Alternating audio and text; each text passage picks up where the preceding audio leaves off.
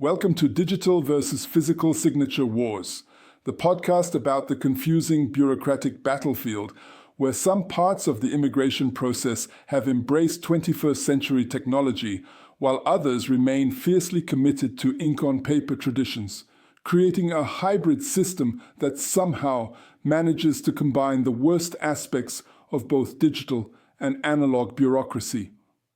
I'm Moshi, and I'm here to guide you through the maddening process of figuring out which documents need real signatures, which accept digital signatures, and which require both for reasons that no one can adequately explain. Let me start by explaining the signature chaos that awaits every immigration applicant. You'll encounter forms that can only be submitted online, but must be signed with physical ink. Documents that require digital signatures that then need to be printed and physically signed again, and bureaucratic processes that somehow require you to exist simultaneously in both the digital and physical realms. My signature war begins when I try to complete the online immigration application, which promises to streamline the process through modern digital efficiency. The online form is actually quite impressive. Clean interface, logical flow, autosave functionality, and progress tracking. I'm thinking, finally, a government process that acknowledges we live in the 21st century. I spend 2 hours carefully filling out every field, uploading document scans, and providing all the required information. When I reach the end, there's a big button labeled Submit Application. I click Submit. Thank you for completing your online application. To finalize your submission, please print, sign, and mail the attached PDF to our processing center. Print, sign, and mail. I just spent 2 hours filling out a digital form that ultimately requires me to use a printer, a pen, and the postal service. This is like ordering food through a sophisticated app, only to discover that you need to drive to the restaurant, write your order on paper, and hand it to someone in person. But the signature confusion gets worse when I discover that different parts of the application process have different signature requirements that seem to have been designed by competing bureaucratic factions. The Jewish agency accepts digital signatures on their intake forms. You can sign with your mouse, trackpad, or finger on a touchscreen, and they consider this legally valid. The Israeli consulate requires physical ink signatures on all documents. They explicitly state that digital signatures, electronic signatures, and any form of non-ink signature are not acceptable. The Document Translation Service accepts digital signatures for authorization forms, but requires physical signatures on the actual translation requests. So I'm dealing with 3 different organizations that have 3 different signature philosophies, and I need to keep track of which forms require which type of signature for which office. I create a spreadsheet to track signature requirements. Jewish agency form. A. Digital signature. OK. Jewish agency form. B. Physical signature required. Consulate form 1. Physical signature required. Consulate form. 2. Physical signature required. Translation authorization. Digital signature OK. Translation. Request. Physical signature required. I'm running a signature management operation like I'm coordinating a military campaign with multiple theaters requiring different tactical approaches.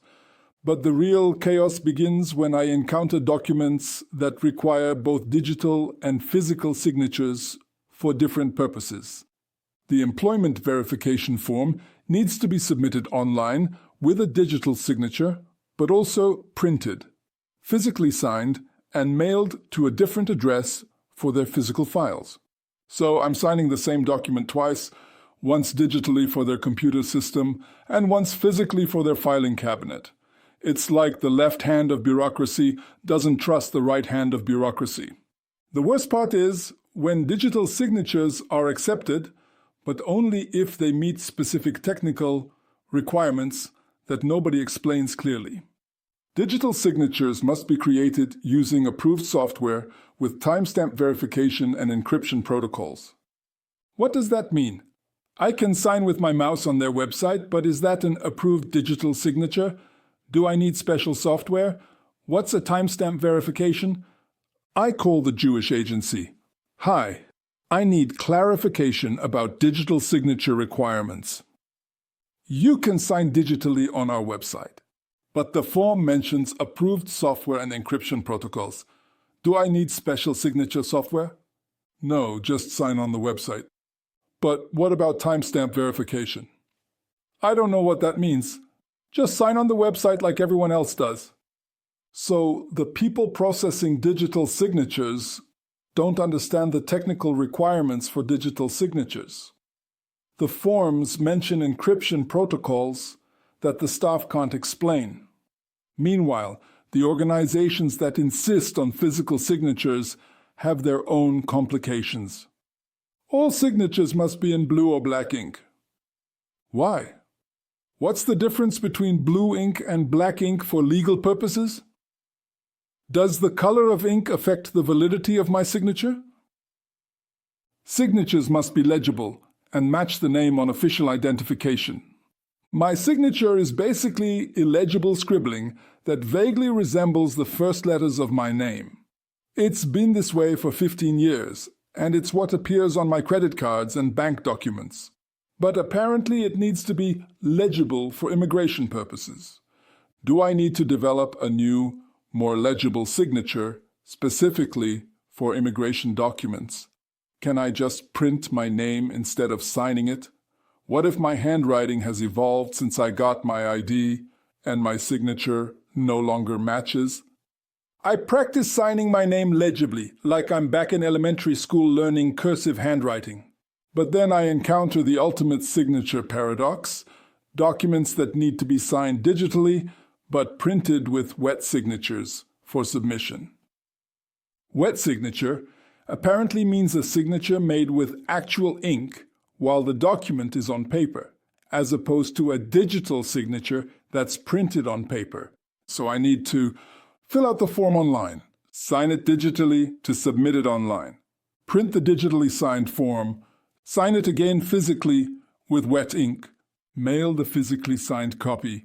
This is like signing a document, photocopying it, and then signing the photocopy to prove that you signed the original.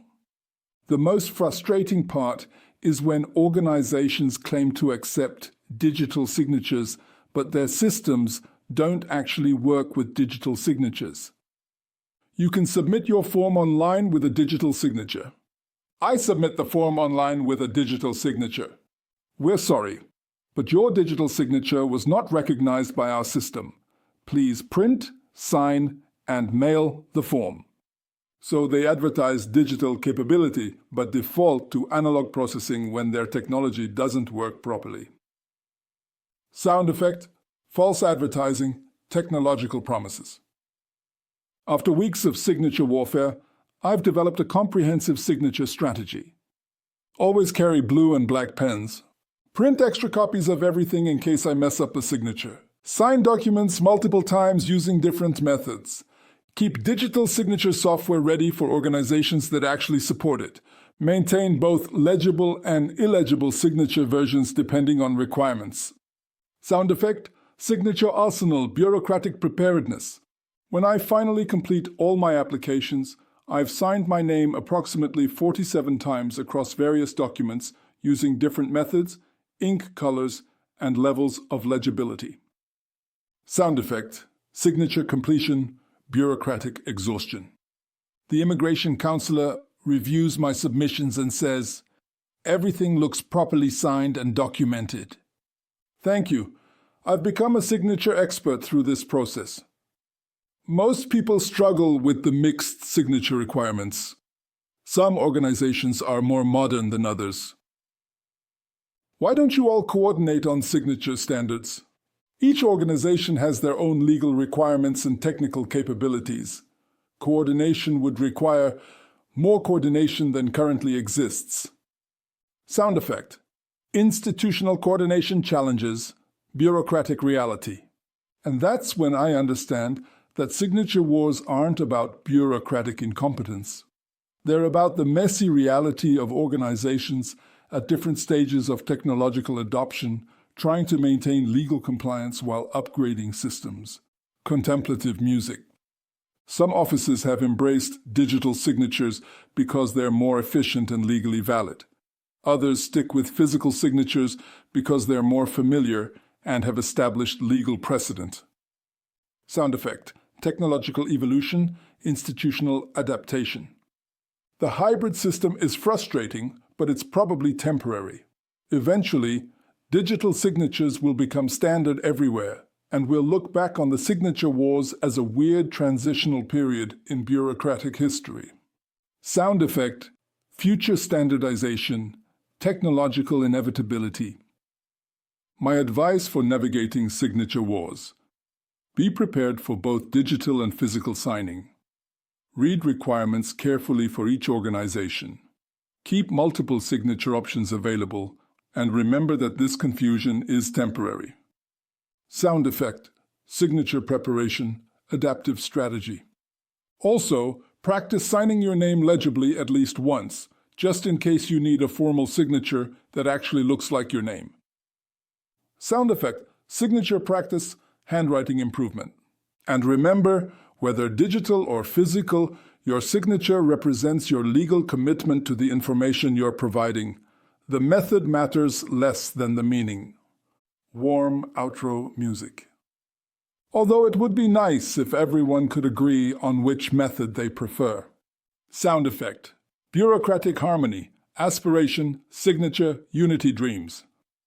I'm Emily. This has been Digital versus Physical Signature Wars, and this concludes our comprehensive exploration of every bureaucratic nightmare involved in the initial application stages of Aliyah.